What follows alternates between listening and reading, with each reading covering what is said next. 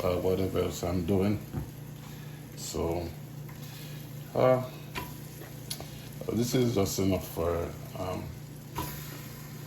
most of the time, guys, when you see me cooking, I'm just cooking for like that night and to carry for lunch at work.